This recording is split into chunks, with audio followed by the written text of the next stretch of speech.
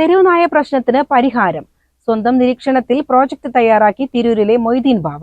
വാക്സിനേഷനും ഭക്ഷണമെത്തിക്കലും പ്രശ്നപരിഹാരത്തിന് സഹായിക്കുമെന്ന് മൊയ്തീൻ ബാവ വാർത്താ സമ്മേളനത്തിൽ പറഞ്ഞു.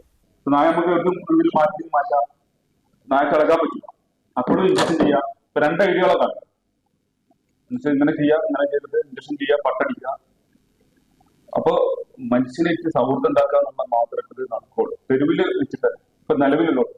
സംസ്ഥാനത്ത് രൂക്ഷമായ തെരുവുനായ പ്രശ്നത്തിന് ശാശ്വത പരിഹാരം കാണുന്നതിനായി പ്രായോഗികമായ പദ്ധതി സംബന്ധിച്ച പ്രോജക്ട് റിപ്പോർട്ട് സർക്കാരിന് സമർപ്പിക്കുമെന്ന് തിരൂർ BP അങ്ങാടി സ്വദേശി മൊയ്തീൻ ബാവ പറഞ്ഞു.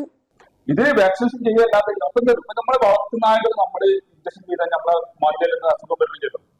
നമുക്ക് സേഫ്റ്റി തരണം, അതാണ് മെയിൻ ചെയ്യേണ്ടത്. പിന്നെ അത് പട്ടടിച്ച് കഴിഞ്ഞാൽ ഇതിന്റെ എണ്ണം കിട്ടും.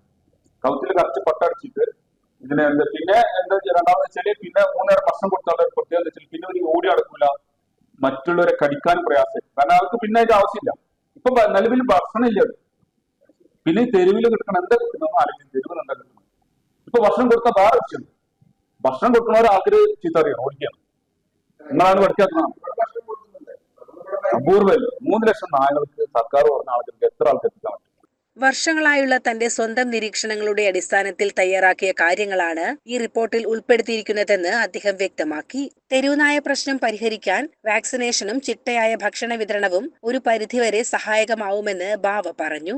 തെരുവുനായ്ക്കളെ സംബന്ധിച്ചുള്ള സർക്കാരിന്റെ നിലവിലെ പദ്ധതികൾ ഫലപ്രദമല്ലെന്നും പുതിയതും പ്രായോഗികവുമായ ഒരു സമീപനം ഈ വിഷയത്തിൽ ആവശ്യമാണെന്നും അദ്ദേഹം കൂട്ടിച്ചേർത്തു. CCN മലപ്പുറം.